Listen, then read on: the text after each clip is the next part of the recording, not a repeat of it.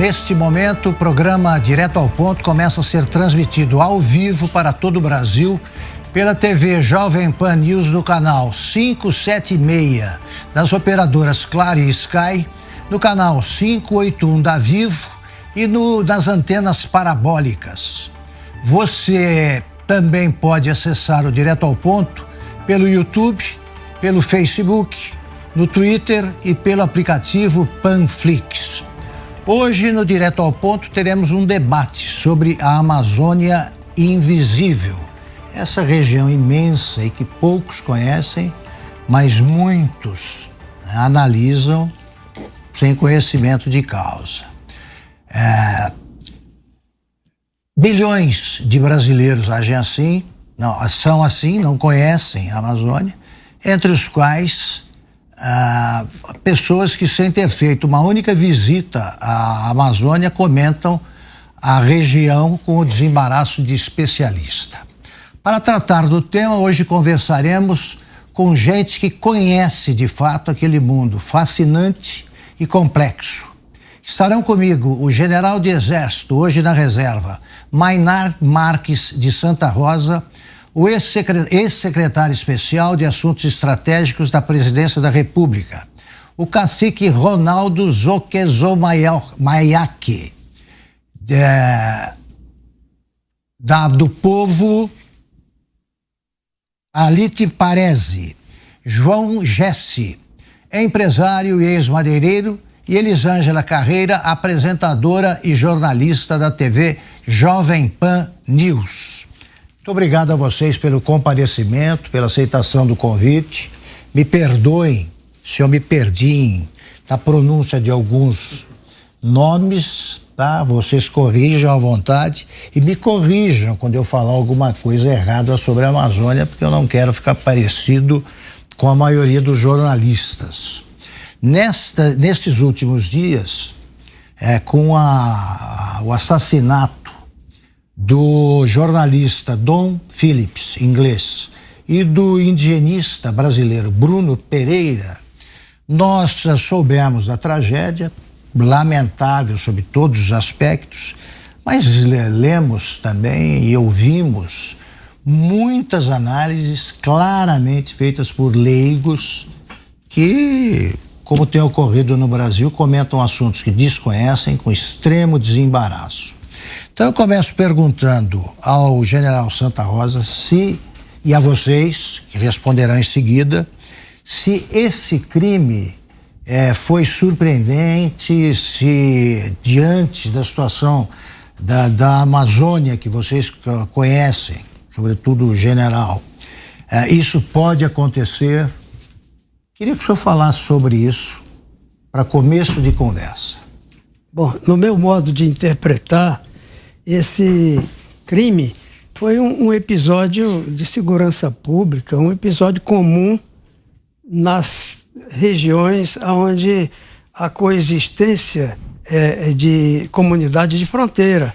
É o caso não só da Tríplice Fronteira, onde ocorreu o fenômeno, a Itabatinga, Letícia, etc., a fronteira do Peru, como também é o caso de Ponta Porã, é o caso de Foz do Iguaçu. Então, o ambiente dessa faixa de fronteira, nesses polos, é muito semelhante. É um episódio lamentável, mas policial. Não tem nada a ver com a questão amazônica. Política, não tem nada a ver. Está sendo aproveitado para fins políticos, mas não tem relação de causa e efeito entre o incidente e a política. Pelo contrário, aquilo ali, essa região do Javari é uma área prolífica e cheia de problemas de tráfico de droga, de lavagem de dinheiro, de contrabando de armas, de biopirataria e outras coisas que ocorrem com muita frequência, porque a migração do lado brasileiro para Letícia é feita em linha seca na Colômbia. E para o Peru é muito fácil também. De forma que isso é um incidente que pode acontecer, uma região perigosa, não tanto perigosa quanto é o caso de certas regiões do Rio de Janeiro, por exemplo. Mas é um incidente que eu considero como policial. Elisângela, você acaba de voltar de lá, né? Você foi fazer uma reportagem sobre a Transamazônica. O que você já conhecia a Amazônia? Não, não conhecia. Então conta quais foram as suas impressões e o que você achou desse crime. Esse crime chama atenção, é um fato isolado e também acredito, assim como o general disse, que não tem a ver com nenhum tipo de discurso político, até mesmo ambiental. Causa, lógico, né, muito estranheza e tudo mais na gente, mas é um fato ali que foi isolado. Eu fui acompanhada das Forças Armadas, um local que não dá para entrar de qualquer maneira. É um local muito preservado, cheio de riquezas. Eu estive com a 23ª Brigada de Infantaria de Selva, comandante Maurício de Souza e também recepcionada pelo Major Luciano Valente. Então a gente estava com uma equipe extremamente preparada para que a gente realmente cumprisse uma missão ali, que era conhecer a Transamazônica e outras partes tão interessantes da Amazônia que a gente não conhecia. E como você mesmo disse, né, muitas pessoas falam sem saber o que é a Amazônia, o que de fato é a Amazônia. Então, as minhas impressões de lá são as melhores e também algumas dúvidas, que eu fiquei com várias ao sair de lá. Então, a respeito do crime, com certeza um fato isolado, infelizmente, um jornalista, um ex-funcionário aí da FUNAI, então tudo isso chama a atenção pelo fato, mas acredito mesmo que não tem a ver com o discurso político ou até mesmo ambiental. Aliás, como é que está a Transamazônica? A Transamazônica, na minha concepção, o que eu vivi, percorri 2.000 quilômetros, acompanhada do Exército, junto com o repórter cinematográfico Dan Lúcio Reis, caótica.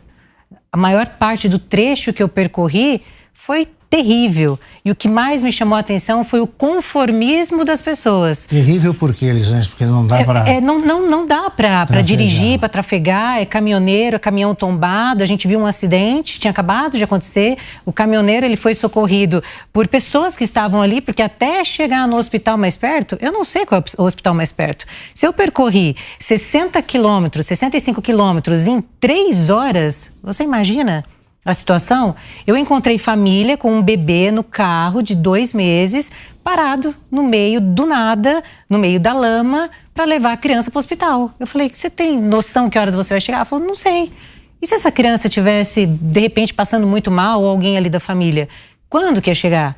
Então, assim, foram cenas que me marcaram muito e me chamaram a atenção. O porquê não de ter um interesse em asfaltar, em dar melhores condições para essas pessoas que vivem ali. Alguns se conformaram e sobrevivem, outros não conseguem mais sobreviver e tentam respirar a Transamazônica da forma que ela está. E isso me gerou um desconforto muito grande, porque eu vivi esses 2.000 quilômetros e foram terríveis. Nosso carro derrapou, nosso pneu estourou, não tinha nada, não tinha sinal de telefone, não tinha quem socorrer. Se não fossem os militares que estavam com a gente, eu não sei o que seria da situação. Cacique Ronaldo, esse tipo de crime poderia ter acontecido na sua região? Olha, assim, a gente está vulnerável a qualquer realidade, né? Qualquer situação, não é de surpreender, mas eu acredito assim que foi uma ação ali eu não sei qual que seria essa entrada deles nessa região, né? A gente não sabe. A população indígena, ela sempre está atenta à situação, né? O que nós sempre fazemos é procurar monitorar o nosso território e saber quem está por ali andando, né? Mas assim, eu não conheço direito, não conheço realmente a região amazônica, conheço partes delas, Rondônia, né? Uma parte de Mato Grosso. Embora eu morar numa região já amazônica, né? Da região amazônica, eu moro em Mato Grosso. Mas assim, a gente sabe que a região amazônica ela é muito extensa e grande e é difícil, o general sabe, é difícil de você ter um monitoramento. E a todo momento, pessoas entram ali, cada um com seus interesses, né? E aí as coisas acontecem. Isso aí aconteceu com essas 2 pessoas, mas quantos não ocorreram já e que não foram registrados, né? Também não houve repercussão. Houve porque se trata de um ex-agente da FUNAI e de um jornalista, né? Mas eu acredito, eu vejo assim que a todo dia ocorre esse tipo de situação com pessoas lá que nunca foi chamado a atenção, mas eu espero, né, que agora o poder público e as autoridades vejam aí alguma forma de estar prevenindo, fazendo esse monitoramento, né, que essas coisas não venham a ocorrer, né? Também acredito que não tem nada a ver com questão política, com nada, porque dentro de uma selva, dentro de uma terra, ele está sujeito a uma mordida de cobra, está sujeito a feras, qualquer coisa. Você está num ambiente de risco, né? Então é isso aí que eu vejo. João Jesse, você como ex-madeireiro, né? Como é que você vê esse crime e as acusações tão frequentes aí a quem trabalha no setor em que você trabalhou? Eu posso falar com toda a autoridade, desculpando a modéstia, porque eu vivi isso aí. Eu cheguei em 79, juntamente com outros 2 sócios gaúchos, na Amazônia. A que região? A que parte? Sul do Pará. Sul do Pará. Tucumã. Ao redor das nossas madeireiras nasceu uma vila e virou cidade. Água Azul do Norte, Ourilândia do Norte e Tucumã. Muito bem. O general falou muito bem sobre o Rio de Janeiro, por exemplo. Eu vejo que eu estou na hora. Um turista chega, se perde lá no controle, para no morro, é morto. Morto. Eu tive 3 funcionários meus que foram mortos em 83. Escutando agora, lembrei. O que aconteceu? Nós fizemos o primeiro contrato e único até hoje de extração de madeira 100% legal, que hoje chama-se manejo sustentado, que conseguimos agora a liberação junto à Procuradoria-Geral da União, a CGU, a essa nova gestão de governo, integrando o índio, por isso que eu fiz questão de trazer ele hoje aqui. Então, o que acontece? Nós tínhamos um contrato para fazer a estrada de Tucumã, ligando a aldeia Quicretum, do famoso cacique Coronel Tutupombo Caiapó. Por que de coronel?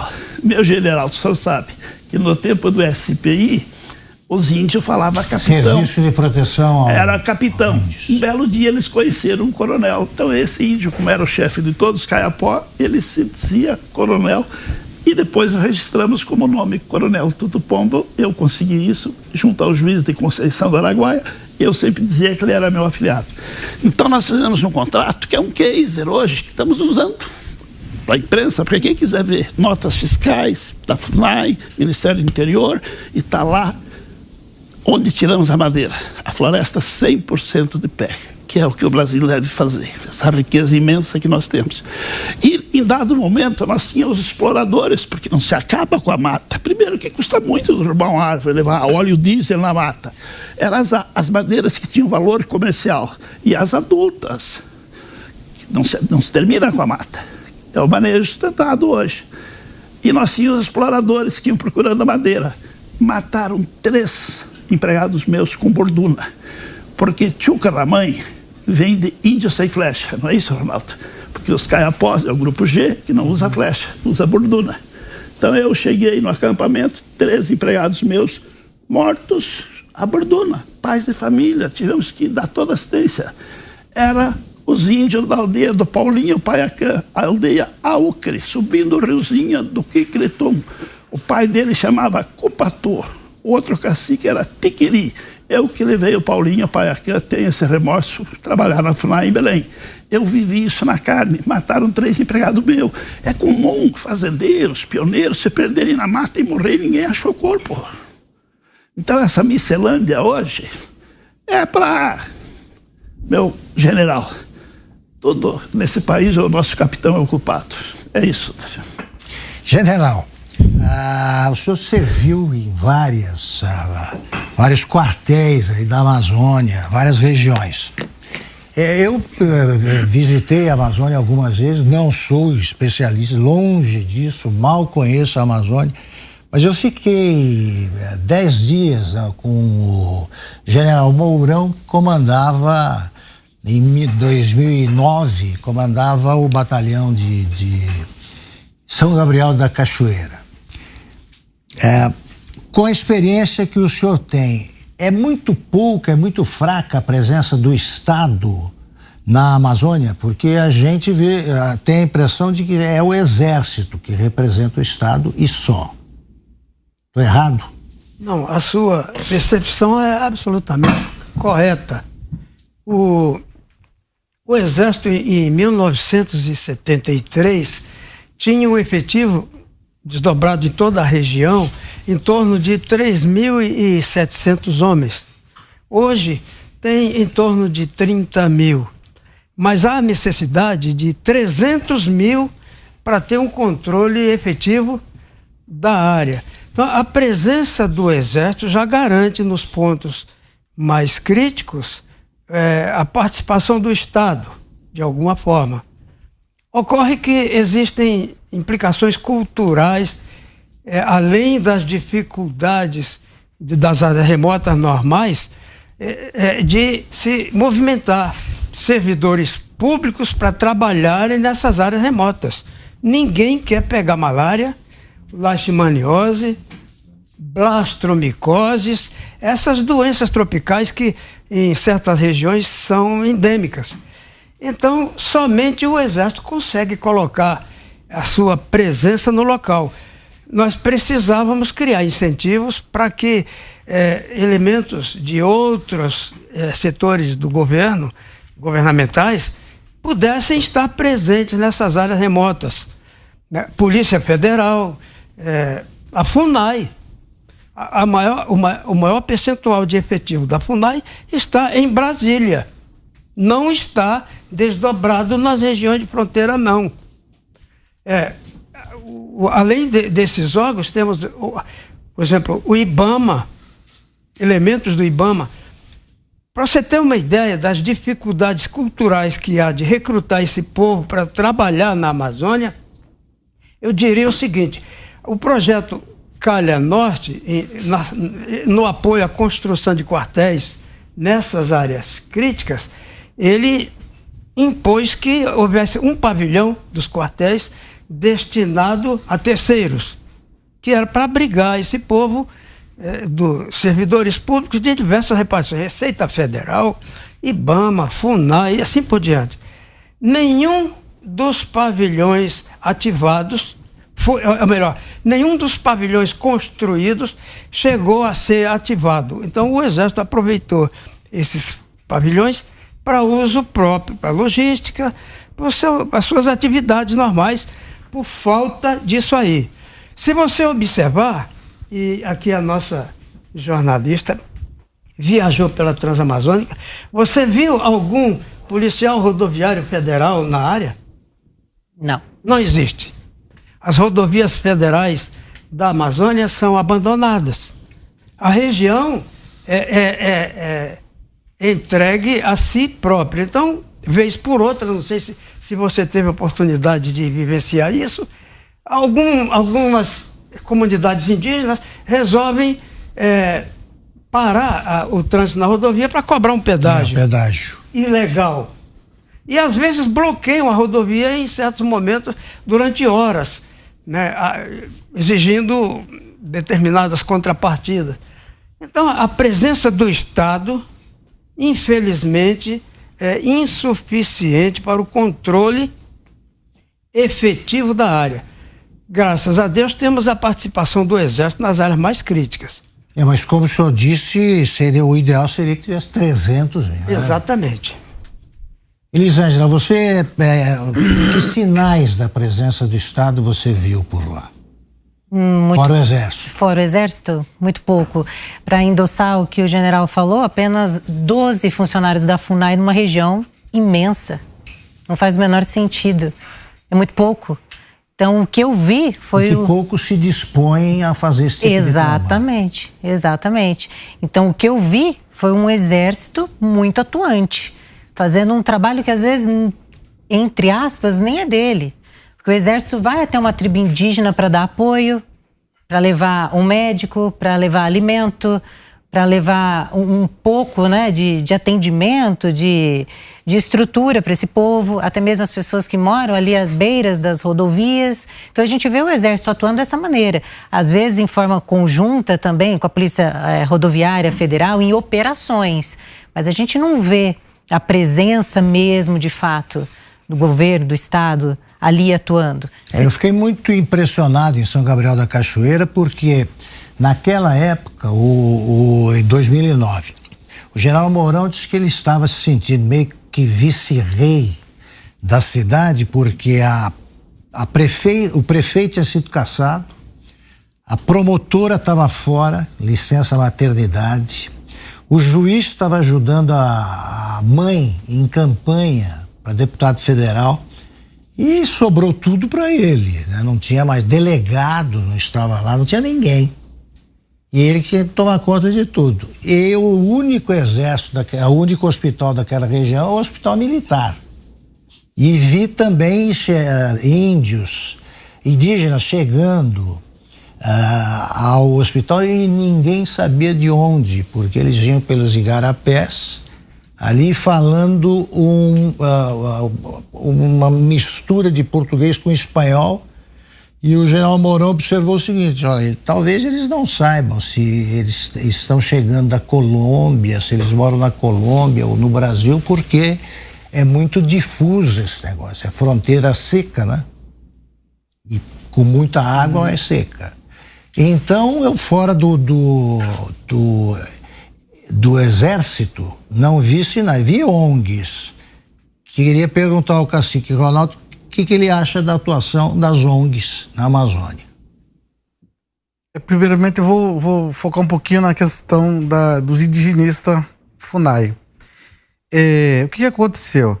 Hoje em dia essa ausência dos indigenistas da parte do Estado através da FUNAI, ela está escasso, uma vez que a gestão passada, o governo passado, elas fizeram uma reestruturação da FUNAI.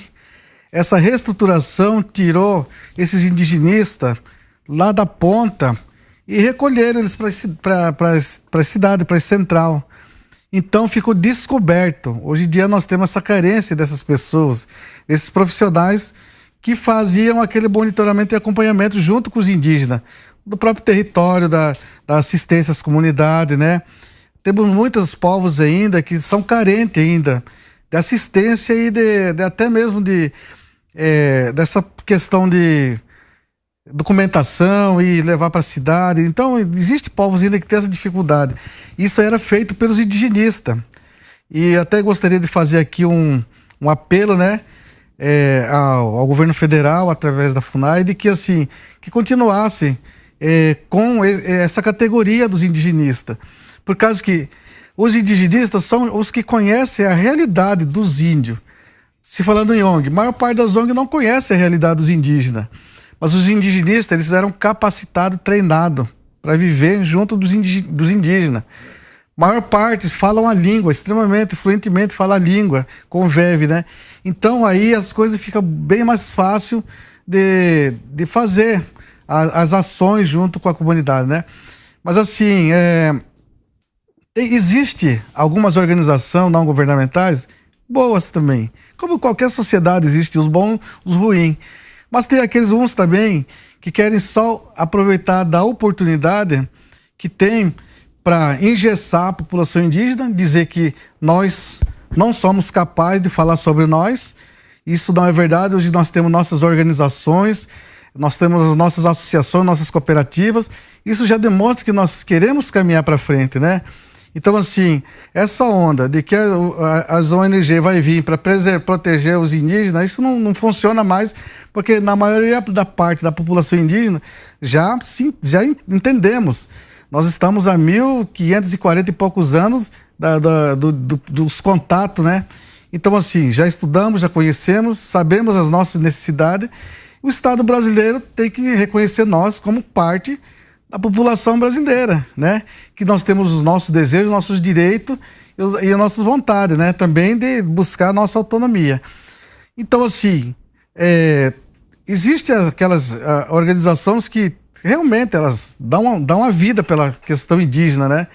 mas na maioria dos que a gente vê aí, são pessoas assim que usam nossa população indígena como ali um cabide de emprego.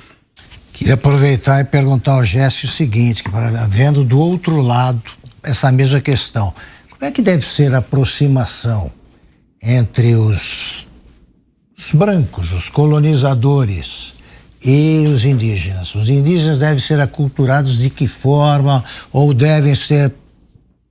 eles devem ficar com muita gente defende?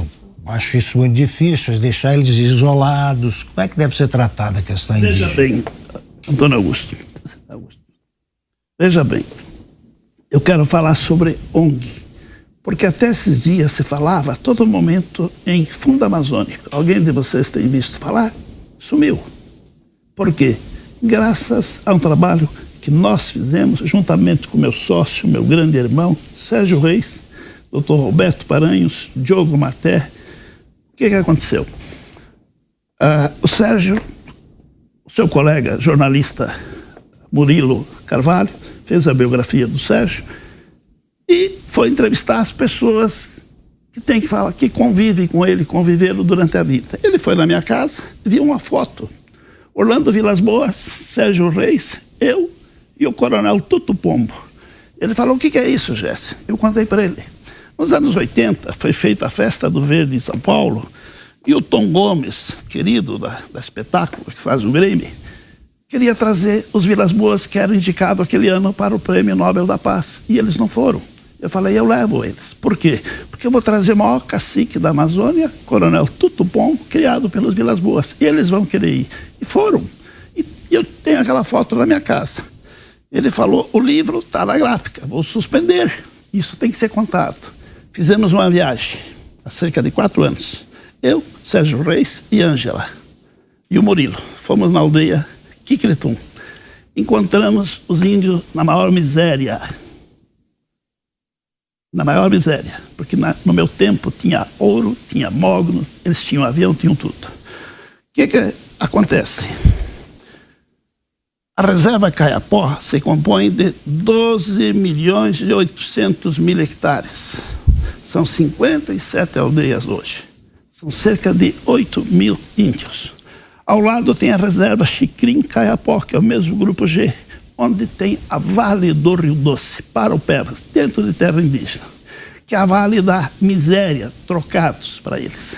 E só meia dúzia de cacique que pega, compra caminhonete, tem namorada na cidade e os índios não verem nada. O Ronaldo sabe disso. O que acontece? Vimos uma ONG chamada Floresta Protegida em Tucumã, com a sede suntuosa. E os índios na miséria. Nós entramos com uma ação, eu sou autor, meu advogado entrou como autor junto, Diogo Maté, cobrando o Ministério Público por omissão. Porque está lá na Constituinte, quem protege o índio é o Estado. Provamos que 8 vezes os índios foram à Redenção denunciar que nunca viram um centavo de fundo amazônico. E era o que se falava no momento, há 3 anos atrás. Você lembra disso? Isso. E a repórter lembra. O que acontece? Nós temos uma faculdade hoje falida que forma esses compressores falido. Isso é público e notório. Não sabe fazer uma petição, faz concurso, vira autoridade. Escrivão, delegado, promotor, juiz. Aí alguém faz concurso, não passa, fica aí, último lugar. Depois é convocado para ir para a Redenção. Chega lá, vem os índios, 8 vezes fazem a queixa. Ele precisa tirar, desculpa a expressão chula, da cadeira e lá ver, nunca vão. Pede licença médica, que é comum, não é assim, o geral sabe. E nunca está lá o promotor. Fica 6 meses, vem outro que não sabe nada. Os índios nunca foram ouvidos. Nós denunciamos. Entramos com um processo contra o BNDES. Eu sou autor. Eu e Diogo Maté. Que pegava 180 milhões de dólares, 90 milhões ia para os 9 estados da Amazônia e 90 para as ONGs. Entramos com ação pedindo prestação de conta à Floresta Protegida, que tem uma sede lá, porque precisa ter um CPF, um endereço. E moram no Rio de Janeiro, em Brasília. Então, essa história de ONG eu posso falar. porque eu sou autor, eu recebi telefonemas do próprio, se dizendo do Ministério Público, eu fiquei feliz, tomara que me represente, porque daí vai se apurar. Que bom, né? Ninguém mais me representou, fiquei frustrado. Então, na verdade, há muita mentira, muita falácia. Índios, eu sempre digo, o que é a Europa? A Polônia fala uma língua, tem um costume. A Albânia é outro, a Holanda é outro. A Amazônia tem índios, Parecis, Caiapós, Guazajá, cada um com seu costume, com a sua língua, o que é certo para um é errado para o outro. Cada um tem suas ambições, uns querem desenvolver, outros não. Talvez não é o momento. Eles têm que ser ouvidos. Claro! É isso que eles decidem. Chama-se livre-arbítrio. Eu, por exemplo, abomino uma palavra que eu vejo falar muito: Amazônia é nossa. Amazônia é brasileira. Isso está erradíssimo. A Amazônia é o Brasil.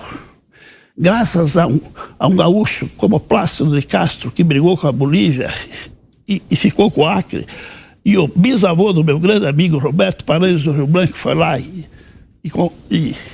anexou e legalizou para o Brasil, ao Marechal Rondon, a grandes brasileiro, que a Amazônia é brasileira, 60%. E temos que lembrar que 40% é Venezuela, é Peru, é Colômbia, que poluem seus rios. E nós que levamos a culpa. Entendeu? Então, cada índio é uma história, não tem uma regra geral para... O que existe é muita...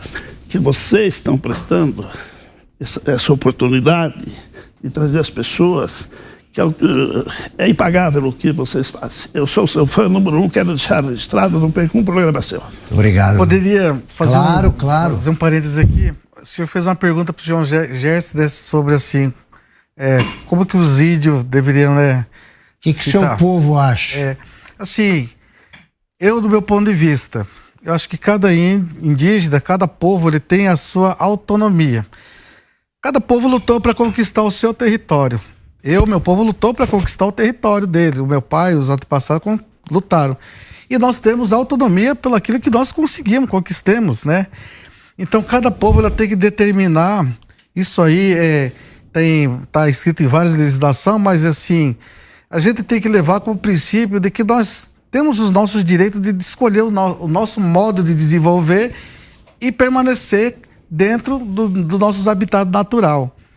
Para muitos, às vezes a gente pensa assim, mas a questão social daquele povo é sofrido, mas para ele tá bom daquele jeito. Porque aquele é o habitat dele.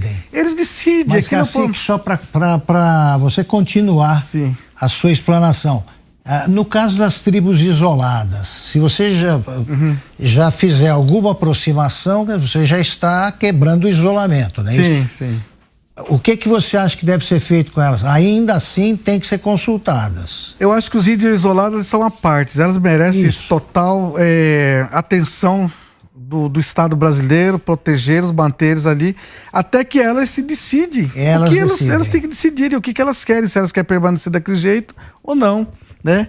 Então, mas enquanto não haja isso aí, o poder público tem que dar essa atenção, essa segurança para eles, né? Para manter daquele jeito. Às vezes, eu venho de uma geração mais recente, onde a gente já viveu assim, cercado do desenvolvimento nacional. Mas assim, o que a gente percebe é que para muitos povos nós escolhemos a nossa atividade econômica, o nosso meio de vida, como produção em grãos, em grande escala. Isso nós não criamos por achar bonito, nós desenvolvemos por uma necessidade de sobrevivência. Foi por isso que nós criamos esse projeto. Mas tem povos que para eles não querem isso aí. E não adianta você colocar na cabeça deles que não vai, por causa que não é do princípio deles. O princípio deles é permanecer daquele jeito. Aí compete o Estado brasileiro.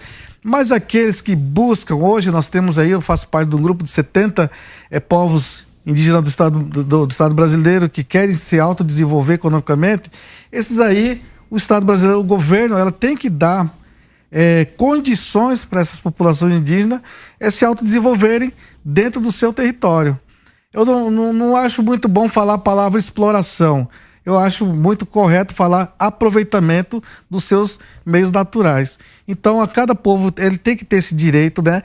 E dentro disso aí... Escolher o seu destino. E dentro disso aí, ele vai estar fazendo parte da sociedade brasileira, contribuindo com o Estado brasileiro, até com a economia do nosso próprio Estado, né? Preservando o meio natural e também a sua identidade, a sua cultura, né? Acho que isso que é importante. Elisângela, eu vou perguntar, vamos ouvir o general, agora você aproveita, você é jornalista, quer perguntar também, quer fazer o seu comentário, fica à vontade, tá? Eu até conversei com o cacique, né, um pouquinho antes, porque eu vejo que é Parisi que fala, né? Parisi. Isso, Parisi. É extremamente desenvolvido. Eles plantam todos os tipos de grãos, têm uma renda maravilhosa, conseguem se sustentar dessa maneira. E eu visitei uma tribo que é totalmente diferente, como ele falou.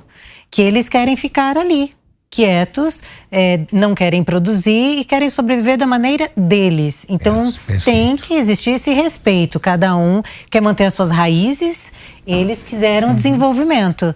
Então, aproveitar tudo o que eles puderam em aprender técnicas, tanto é que índios que saíram da tribo deles mesmo, voltaram. Porque viram que tudo se desenvolveu. E aí se aperfeiçoaram fora, levaram mais conhecimento para dentro da tribo. Não foi isso, cacique? Sim, hoje nós temos uma política lá dentro de formar pessoas para trabalhar dentro do território. Porque não adianta a gente formar técnicos profissionais e não dar ocupação para eles. O que nós vamos estar fazendo? Vamos estar na contramão. Porque nós estamos formando pessoas para abandonar a terra indígena, para sair para fora. Mas a partir da hora que ela é formada, eu tenho uma irmã que é médica, outra advogada, o outro meu irmão é pedagogo. Todos eles trabalham em prol da sociedade indígena. Temos agrônomos, temos pessoas formadas em várias áreas profissionais, mas todos estão atuando lá dentro. Nós temos 100% das mãos de obra na agricultura indígena trabalhando lá. Contratamos sim o serviço terceirizado, mas também temos dentro da área da saúde também temos quase que 90% dos profissionais são indígenas, da educação também são indígenas, né? Então vários setores que está se buscando ali, nós procuramos ocupar com as mãos de obras indígenas mesmo. Então isso que é você ter uma autonomia, buscar ali para decidir, porque é isso que a gente precisa, né? Que você tenha esse direito de formar as pessoas e elas permanecerem dentro do território. Perfeito. General, o Exército tem diretrizes que orientam a aproximação dos militares com os indígenas? O Exército se rege pela legislação. O Estatuto do Índio prevê como objetivo nacional integrar o índio à comunhão nacional. Essa jurisprudência vem do tempo do regimento do Diretório dos Índios do Marquês de Pombal de 1756 e foi copiado pelas constituições brasileiras desde a do Império, até que em 88 mudou o paradigma. Em 88 houve a influência de lobbies patrocinados de fora como se diz ali, na comunidade de inteligência, pelo Conselho Mundial de Igrejas, lobbies que alteraram a jurisprudência histórica. De qualquer forma, não houve na prática uma mudança. O índio houve na parte jurídica, mas na realidade dos fatos não houve modificação. Cabe, pela estratégia nacional, integrar o índio à comunhão nacional. Quando eu servia no Ministério da Defesa, foi feito um programa apresentado a uma parlamentar na época, que o domínio, a hegemonia era da esquerda, entregue a uma deputada de esquerda, para que ela patrocinasse, apadrinhasse aquele programa que nós batizamos como Programa Marechal Rondon, Programa de Integração Solidária Marechal Rondon. A nossa proposta era que essas regiões remotas, por exemplo, na faixa de fronteira, em áreas inacessíveis, onde há comunidades indígenas, o Estado recrutasse o índio, formasse a mão de obra e qualificasse o índio como servidor público, representante do Estado brasileiro, para prestar aquele serviço essencial à sua comunidade em nome do Brasil. Então isso seria uma forma de levar assistência médica, de levar, assim como falou o cacique, a expertise do sertanismo indígena. Por que não recrutar o funcionário da FUNAI, o próprio índio, e não mantê-lo no local onde ele tem interesse em conviver, e dar status para ele, e dar o meio de vida para ele? Para isso teríamos que alterar a legislação existente. Mas eu acho que isso daí é possível fazer. Altera-se a legislação e esse programa integraria o índio teria orgulho, como se observa na comunidade de São Gabriel da Cachoeira, onde existem 34 etnias diferentes. O maior orgulho dos índios é prestar o serviço militar. Né? Ele se sente autoridade quando volta para a sua aldeia, ele se sente prestigiado e ajuda o índio a adquirir predicado de liderança que depois, na própria cultura deles, é útil. Isso tudo sem prejuízo da sua cultura específica, então, protegendo a sua cultura. Nos destacamentos que protegem a fronteira são os indígenas. Exatamente. Então, isso daí seria o óbvio que deveria ser implementado, mas não prosperou.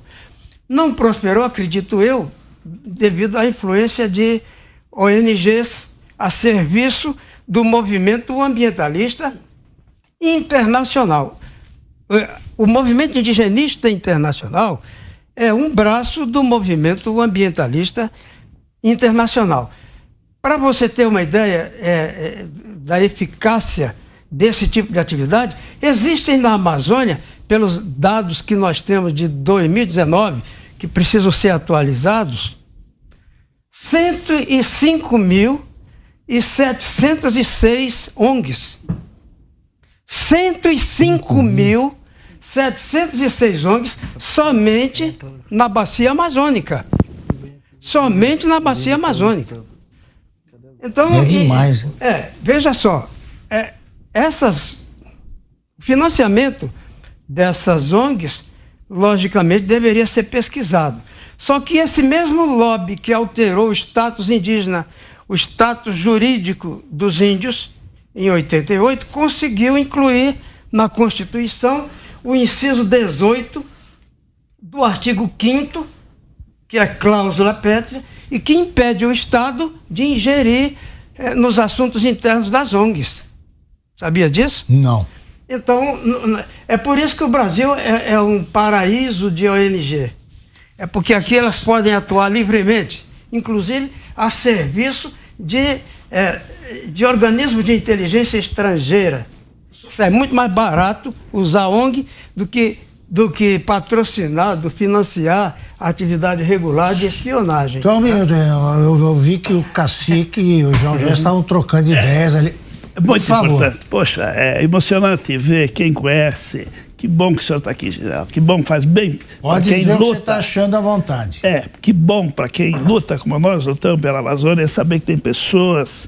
Isso incentiva a nós. É isso que ele está dizendo para mim. Veja bem, é simples. Eu sou oriundo de Santo Augusto, minha cidade natal. Nós falamos Santo Augusto, gaúcho. Alto Uruguai, divisa com a Argentina, as Missões. Então, lá nós temos os gloriosos índios Guarani, Caigangues, que na bandeira do Rio Grande do Sul está escrito assim: essa terra tem dono. E pouca gente sabe, infelizmente nós não conhecemos a nossa história. Com esse ensino não dá para conhecer, né? Isso foi um índio que falou, porque lá onde eu nasci pertencia à Espanha, a Castela. E os portugueses fizeram a província do Sacramento em frente a Buenos Aires. E um belo dia resolveram fazer um brique, diz o gaúcho, uma troca. E foram nas Missões e encontraram 7 cidades que ninguém sabia. São Miguel, Santo Ângelo, São Borja, que os padres da Companhia de Santo Inácio de Loyola tinham subido o rio e fundato. Tinha os índios, não tinha dinheiro, era escambo. Tanto que se diz que Karl Marx se inspirou lá para fazer o Capital. E falaram pro cacique, que era o coronel, vocês têm que ir para a banda oriental porque agora foi trocado pela colônia do Sacramento. Isso aqui não é mais de Castela, é de Portugal. Tanto que os portugueses tinham saído da Ilha do Desterro, pela Lagoa dos Patos, chegaram no fim, desceram e ficaram 5 anos parados dançando fado, por isso que nasceu Porto Alegre dos Casais, que é o nome de Porto Alegre. Porque eles ficaram dançando 5 anos lá. O índio respondeu, essa terra não é de Portugal, nem de Castela, essa terra tem dono. Tem dono. Vou conceder a palavra. Então, o que eu queria dizer assim, no meu ponto de vista, por que tantas ONG, né? Foi falado aí, o general colocou uma estimativa bastante numerosa. Do meu ponto de vista, assim, o governo passado, com a sua irresponsabilidade, terceirizava as suas ações para alguém que fosse fazer. Tirava dele a competência de fazer, que é a questão dele fazer o atendimento tanto na questão ambiental quanto a questão indígena, né? E aí foi se criando ali um sistema ali. Então, o que eu vejo? O governo atual falou, não, a responsabilidade da Amazônia e dos indígenas é meu, é do governo. Então, eu tenho que fazer isso aí, né? Por isso há essas controvérsias, essas brigas aí de opinião aí, às vezes achando que o presidente da República não gosta das ONG, cada um tem seu pensamento, né? Mas ele está fazendo um fato de verdade. Eu tenho que assumir o meu papel de cuidar e proteger o que é a soberania nacional. Então, nesse ponto, eu concordo com ele. E aí, o dia quando o senhor fala assim, essa terra tem dono. Mas nós, indígenas, também, temos que também se posicionar. Essa terra é nossa, tem dono, quem manda aqui? Quem manda aqui somos nós, indígenas. Dentro do meu território indígena, quem manda lá sou eu. Tanto é que quando ocorre um incidente dessa natureza que ocorreu com o Bruno, assim, o indigenista ali, eu sempre digo assim, ninguém entra na sua casa sem ser convidado. Quando acontece esse tipo de coisa, porque foi convidado, né? Então, assim, dentro das terras indígenas, só entra com autorização dos indígenas. Existem as narrativas, quando se fala em meio ambiente, no Brasil ou no mundo, vem-se em mente a Amazônia.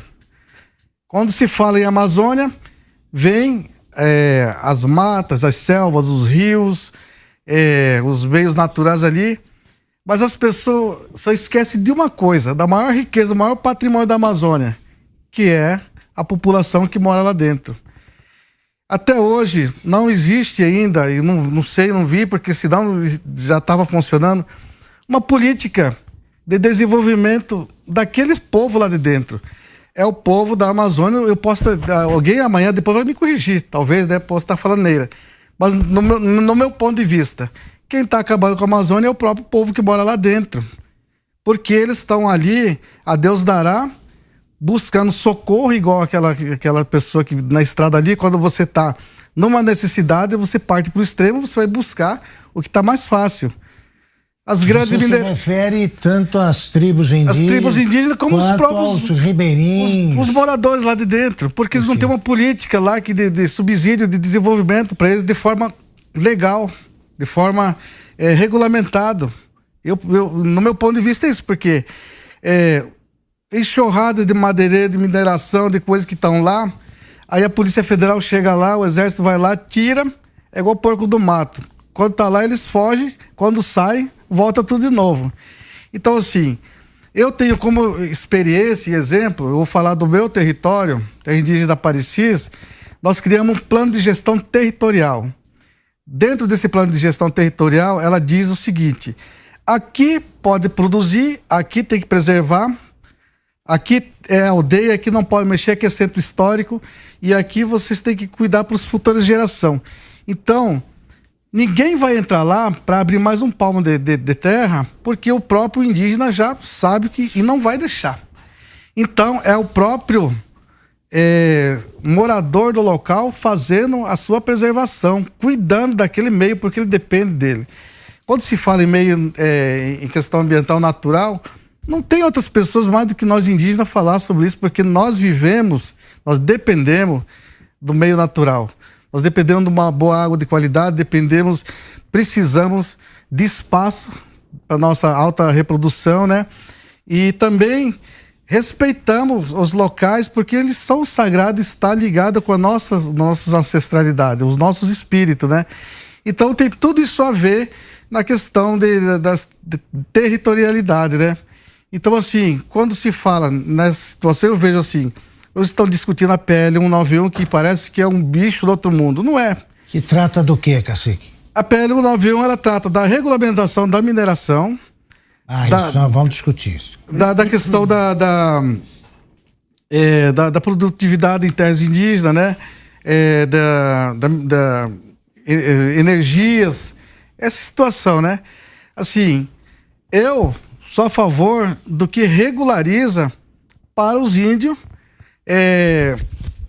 também aproveitar disso aí dentro das legalidades, dentro das normativas, né? Porque enquanto não estiver essas legalidades, essas regulamentação, vai continuar do jeito que está aí. As pessoas estão achando que do jeito que está aí tá bom, todo dia invasão, é morte, pessoas ali. Então nós estamos criando um campo de guerra. Outra situação que o senhor falou sobre a questão da... Pode apartear. Por favor, cacique. Veja bem, depois eu gostaria que você falasse que as pessoas não têm noção, muitos. Qual o tamanho da sua área? 1,5 milhão de hectares. Menos de 1%, 2%. Eles plantam 30 mil hectares. Você tem noção o que é isto? Pouco. Isso é talvez nem o Blairo Maggi plante tanto. Então, veja bem. Ele tem uma PCH que ninguém mostra, que é fantástica. Eu conheço. O excedente da energia vende para o mercado aberto. Eles criam peixe para eles e vendem. Mas eu queria completar sobre ONG, sobre nossos... Pouca gente sabe que aqui nós temos uma aldeia no Pico do Jaraguá, outra no Mboi Mirim, lá eu moro perto da Granja Viana, aldeia de Carapicuíba. Nós temos índios guaranis, que eu estava falando, até me emocionei, porque eu sei a miséria que eles vivem no Alto Uruguai, no sudoeste do Paraná, em Mangueirinha. E os índios caiovas do Mato Grosso do Sul, que os jovens se suicidam sem perspectiva, e não tem uma ONG falando dele. E aqui, como vivem? Aqui, não tem ONG nenhuma. Alguém viu ONG? A Jovem Repórter viu? Até queria abrir rapidinho um parênteses, como eles falam bastante sobre ONGs, elas também, cacique, eu não sei se o senhor acredita nisso, que ONGs até internacionais vêm para cá, né, se mostram um interesse em ajudá-los, em deixar uma fala pronta para as tribos, e elas acabam tirando e extraindo informações importantíssimas das nossas terras, né, que não são nossas, como esse mesmo disse, das terras como pedras preciosas, tudo que a gente tem de bom para levar para fora, acaba fazendo isso, extraindo o que a gente tem de bom para levar para fora do país. Tudo se tem um interesse, né? Fármacos, por exemplo, tudo né? Se tem um interesse. Ninguém vem aqui porque o índio é bonito, é engraçadinho, não. Ninguém quer cuidar do filho dos outros. Você vai ali sempre baseado em alguma situação, né? Eu posso apartar e responder? Lógico. Exemplo maior, meu general. Até pouco tempo, o maior exportador de ouro da América era o Uruguai, que não produz uma grama. Precisa dizer mais alguma coisa? Eu queria introduzir esse tema que há séculos, né? Se discute já, séculos não, mas há dezenas, se discute o que fazer com as reservas minerais. As reservas que existem nas terras indígenas. Um dia haverá extração disso, ou já está havendo. Eu queria ouvir de vocês, começando pelo general, e já passamos para lá, como é que deve ser feita essa extração? De que maneira conciliar os interesses dos índios, das empresas? O que fazer, general? Veja só, o regime venezuelano hoje vive e nutre-se do ouro contrabandeado das reservas nacionais da Venezuela e do Brasil. Já estão extraindo. Então, o ouro hoje é uma necessidade estratégica. As economias precisam lastrear a sua moeda em ouro para poder ganharem credibilidade. Agora, o próprio dólar está enfrentando resistência porque ele abriu mão desse predicado em 71, se não me engano, do presidente Nixon. A Rússia está tentando adquirir ouro, está comprando todo o ouro que pode para lastrear no futuro o rublo no ouro. E consequentemente, desse ouro sai... Bom, pois bem, o nosso ouro está saindo por contrabando para alimentar o regime Maduro na Venezuela. Os nossos diamantes saem da reserva Roosevelt para ser comercializado por contrabando em Amsterdã. Então, por que não legalizar, regular e controlar os impactos ambientais, enfim, da exploração? Por que não fazer isso? E atender aos interesses dos indígenas. Esses recursos, esses metais e pedras preciosas, reverterem para o Tesouro Nacional e não serem contrabandeados para fora. General, o senhor permite? Então, a minha opinião é que deveria legalizar, regular e controlar o impacto ambiental dos garimpos. Certo? É a melhor forma que tem. Porque, de outra forma, continuam sendo explorados, o meio ambiente continua degradado e essas riquezas são contrabandeadas para fora com prejuízo do Tesouro Nacional. Perfeito. Augusto, nós sempre temos o bandido da vez. Até certo tempo, eram os madeireiros, que fizeram o Paraná, Rio Grande do Sul, aqui, São Paulo, Espírito Santo, e fizeram a Amazônia, que abriram o caminho. Aí veio o garimpeiro. Isso veio com Dom Pedro, que no outro dia já estavam casando com a Índia e gerou esse povo maravilhoso, que somos nós, que 90% tem sangue índio e preto nas veias. Só nós brasileiros temos isso. Muito bem. Por que eu digo isso? Porque eu exportei muita madeira para North Carolina, Charlotte, que é o polo moveleiro nos Estados Unidos. Tu vê aqueles criolão, que foi uma seleção natural. Os melhores pretos iam para lá, os piores portugueses traziam para cá. Foi uma seleção natural. É só olhar os gigantes de lá. Você não vê essa coisa linda do mulato, do coisa que nós temos. Nós somos, eu digo, somos um povo superior. Muito bem. Aí você vê Macron levando os índios de plantão, tipo o Sônia Guajajara, lá com as penas de galinha, que hoje ele recebeu um documento, que acabei de mostrar no bastidor, que os próprios caciques de Guajajara dizendo que ela não representa. E, no entanto, essa esquerdalha nomeou ela como uma das 100 mulheres mais importantes do mundo. Mas para os Guajajara, ela é zero, ela foi expurgada. Muito bem, nós temos uma Guiana aqui, meu general. E a maioria dos garimpeiros, o senhor sabe, são brasileiros que vão trabalhar lá. E ninguém fala nisso, nunca ouvi falar. O senhor sabe. E sobre a extração dos minérios, isso que o general estava falando. A extração dos minérios tem coisa mais importante que o mundo só não está numa situação pior pelo nosso agronegócio que sustenta esse mundo aí. E nós temos reservas de potássio e, casualmente, tudo que é minério está em área de índio e não pode ser explorado. É um absurdo, está na hora desse país tomar jeito e homens tomarem frente. Desculpe a expressão, mas eu sou... Quero ouvir o cacique. O que eu vejo é o seguinte, a gente sabe que até há pouco tempo tinha uma denominação chamada reservas indígenas. Existe reservas indígenas, existe terras indígenas, né? Terras indígenas. Qual é a diferença, cacique? Território é aquelas que vem já assim, estudou por terra indígena Parecis. Ali tem um histórico que aqueles índios sempre tiveram ali. Há milhares quando se descobriu o Brasil, já existiam ali. Então, os estudos antropológicos dizem ali, sim, realmente é terra dos índios. Reserva é uma reserva que você faz ali e geralmente, às vezes, colocam grupos indígenas ali, alguma coisa assim que, né? Então são diferentes, né? São áreas diferentes. Então, assim, mas sabemos que esse território, às vezes, que deu o senhor João Gerson falou, essa terra tem dono, Em algum sentido, até parece que tem, mas não é, porque se trata de uma terra da União. Então, a terra é da União. E, em algum momento, a União vai precisar disso aí. É claro que, assim, o que a gente defende? Nós defendemos a nossa participação legítima dentro desses benefícios. Até se falam em royalty, compensação, eu não vejo lucro nisso aí, não vejo resultado nisso aí.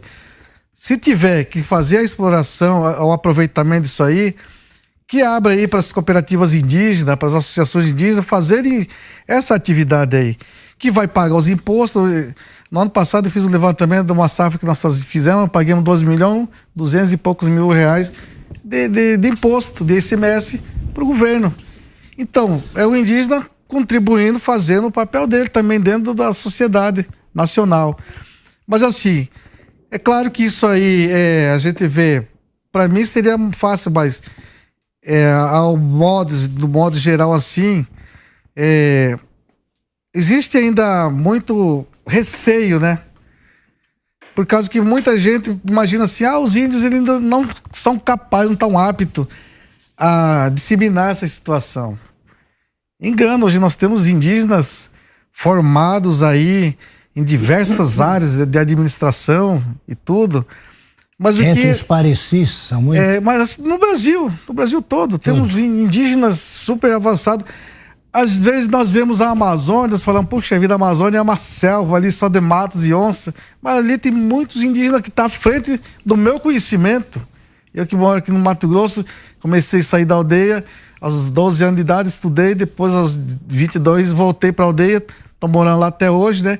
Então, sim, um pouco de conhecimento busquei fora, mas isso aí estou usando lá dentro. Mas temos indígenas que têm suas faculdades, têm seus mestrados, seus doutorados, né? Que não fazem uso disso aí, né? Então, assim, tem que dar oportunidade para essas pessoas, né? Então, assim, nós também, indígenas, queremos fazer parte do desenvolvimento da forma correta, que nem o general falou. Mas, cacique, então, se os indígenas são favoráveis a esse tipo de extração de minérios de maneira justa, né? Fazendo a divisão dos ganhos, tal. Se quem conhece a Amazônia também propõe, quem é contra?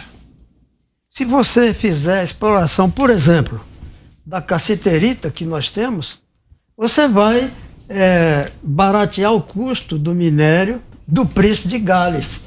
Então não interessa ao lobby inglês que a gente explore a cassiterita. E no Brasil quem é aliado dessa Lamentavelmente, pela nossa cultura, a corrupção faz com que muito brasileiro se venda a interesses estrangeiros.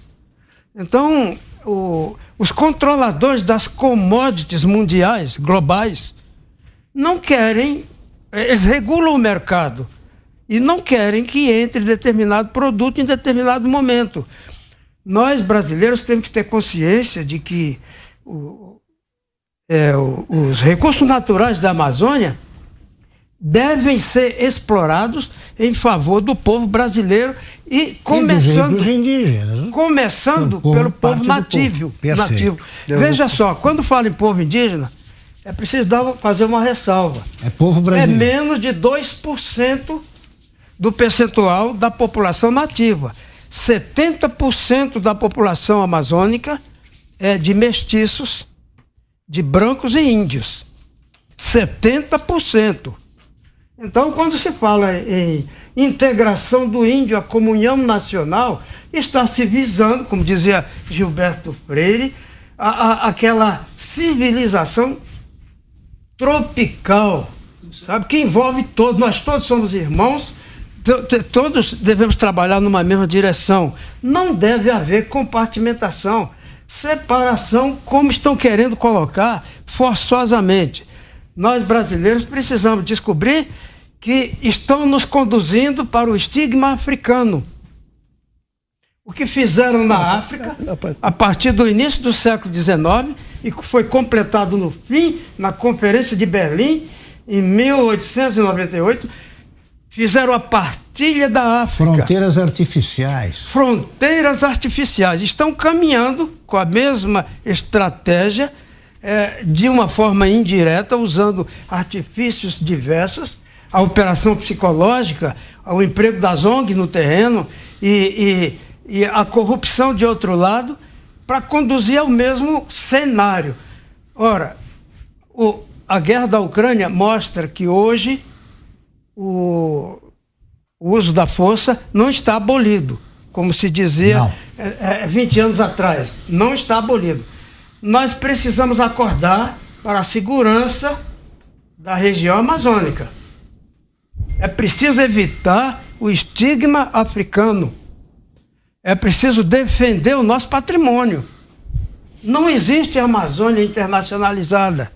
Aquilo que falou aquele jornalista da Globo, no meu modo de ver, é um crime de alta traição.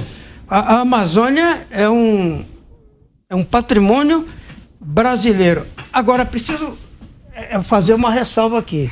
A comunidade nativa da Amazônia se compõe de, hoje, se computar da Amazônia Legal, 25 milhões de brasileiros nativos da área.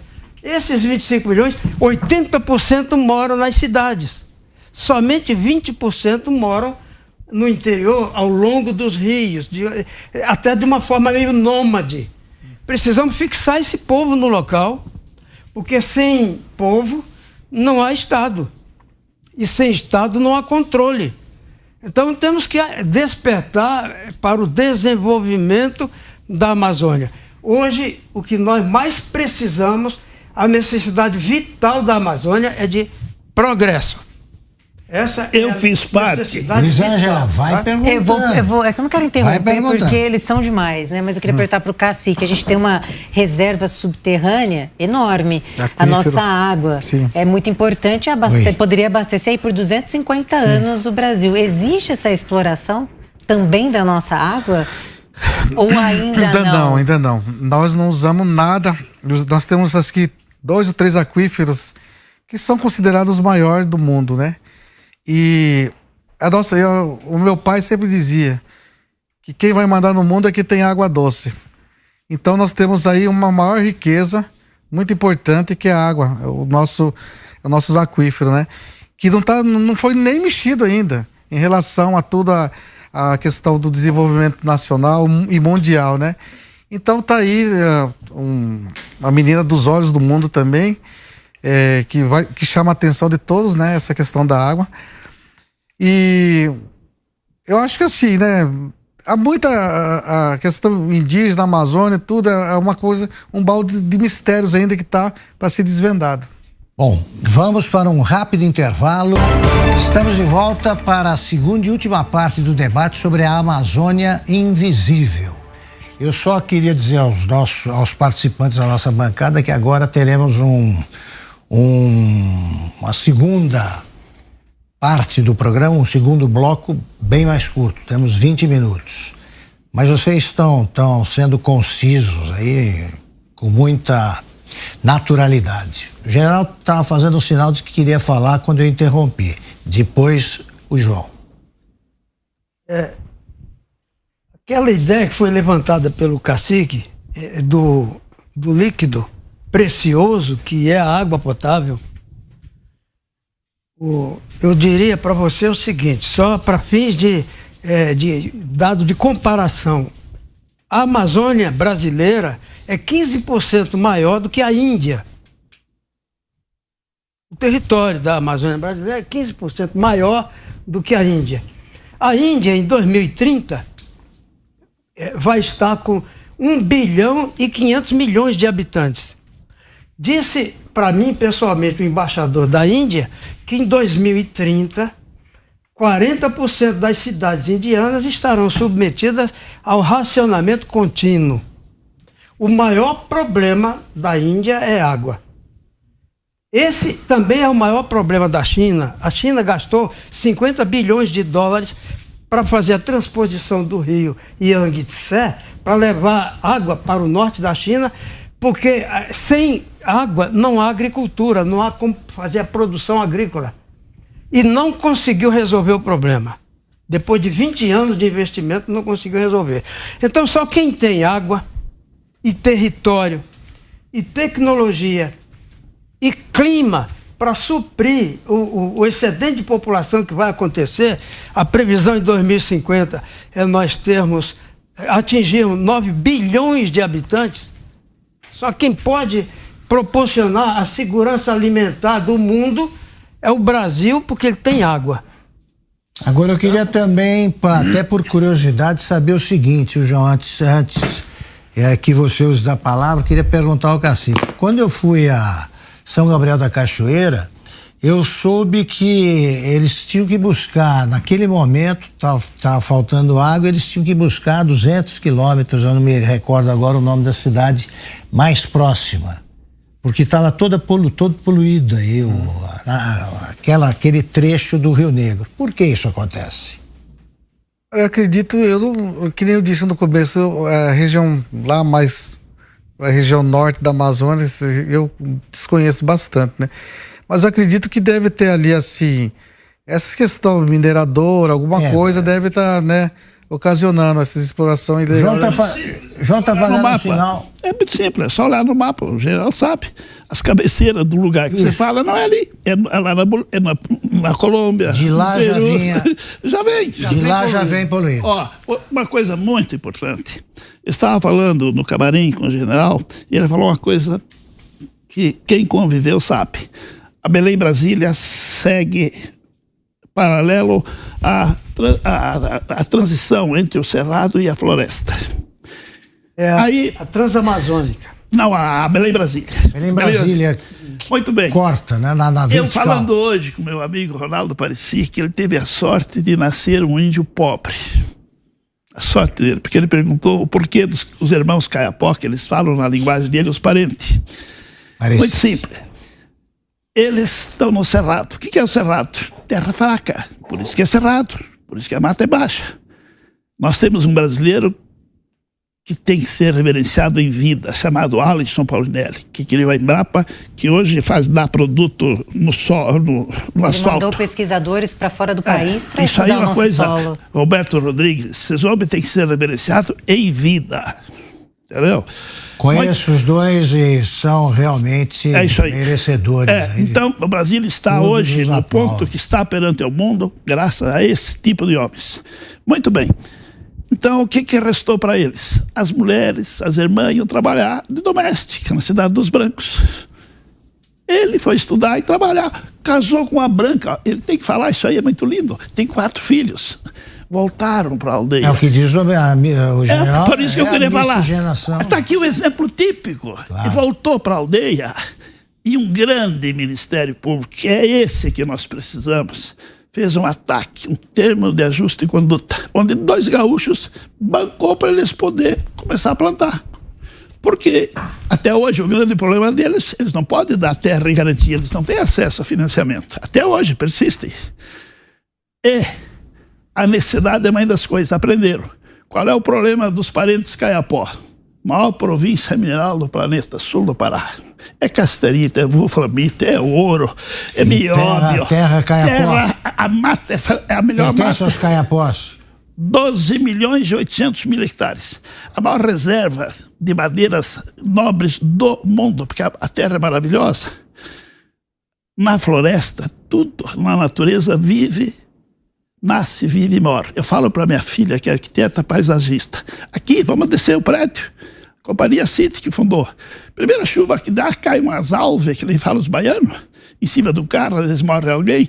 Como é que não vai cair? Isso foi feito pela Companhia City há mais de 100 anos. Tem que tirar todas as aves, elas têm seu período de vida. Uma sequoia vive 800 anos, um pinheiro, cada um tem seu período. Estão tudo morto, tem que tirar todas e plantar, e ninguém fala isso.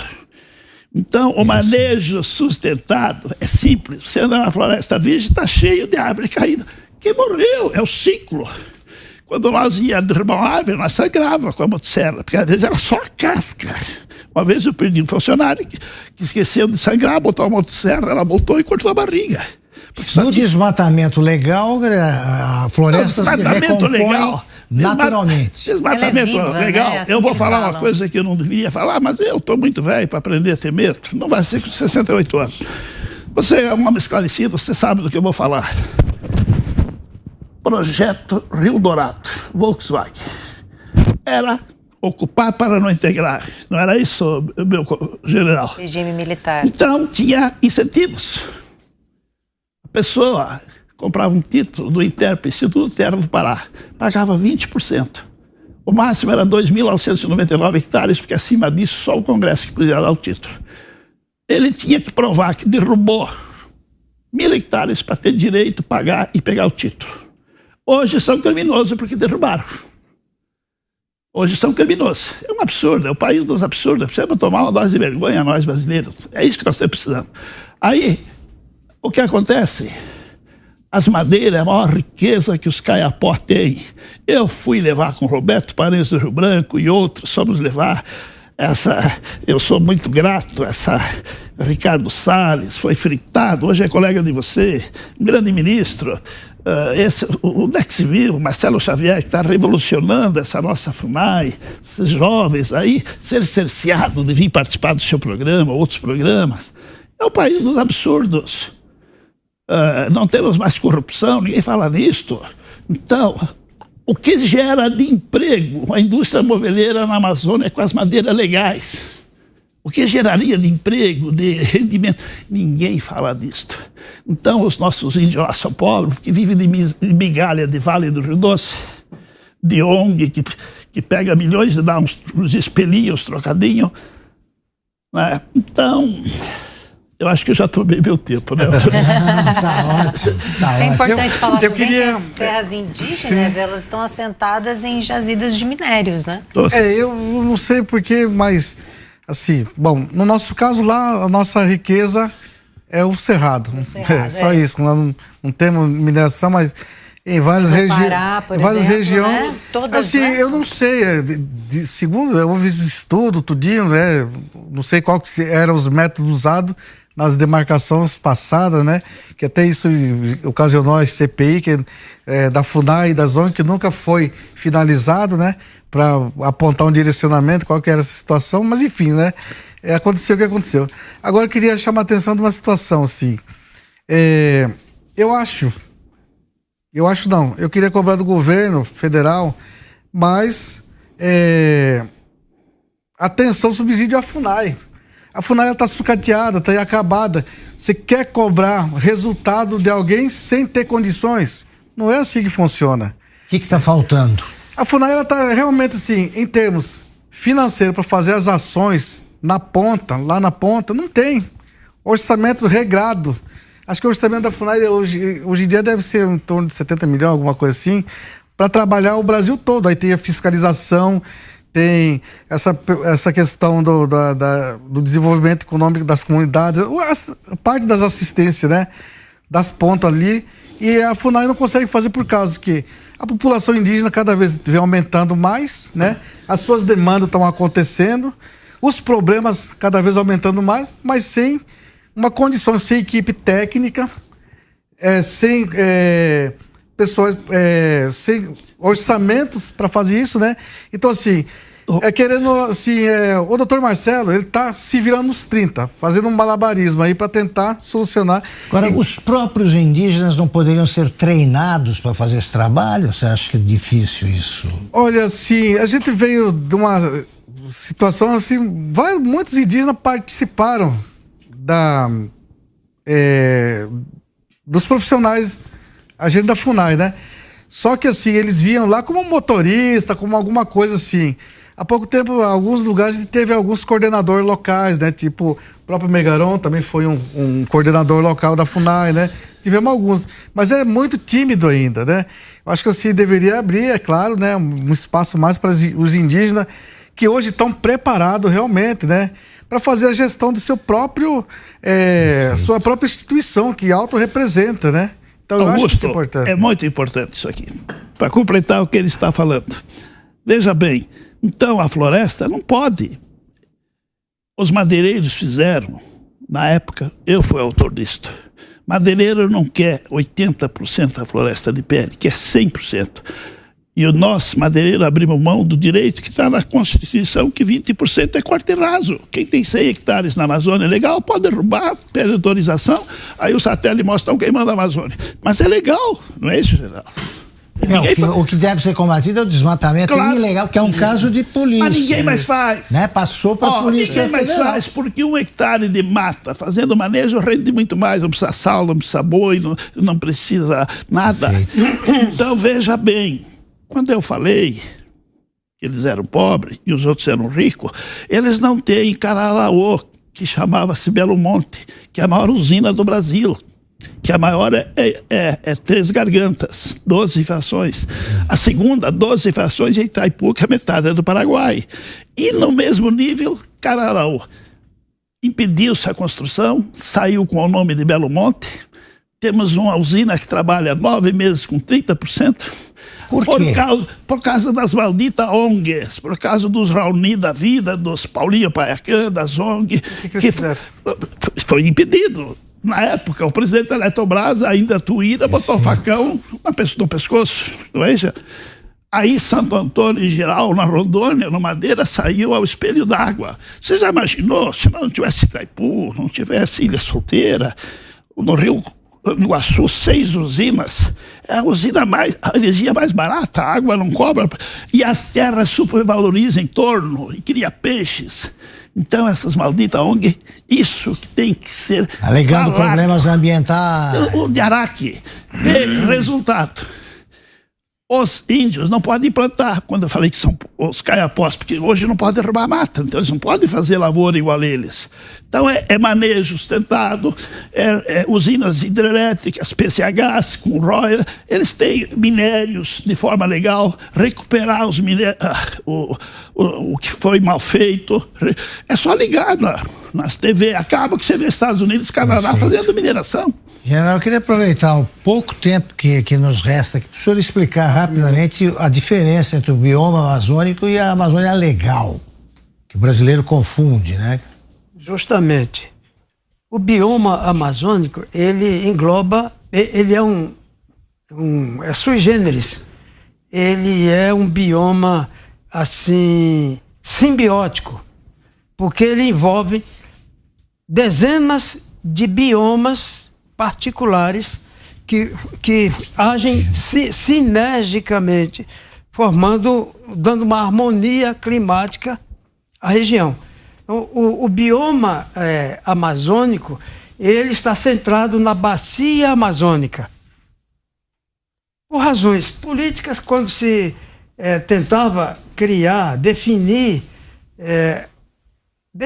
o que era a Amazônia, para usufruir das benesses legadas pela Constituição de 46, foi preciso haver uma cooptação das lideranças políticas do Norte para poder haver aprovação do projeto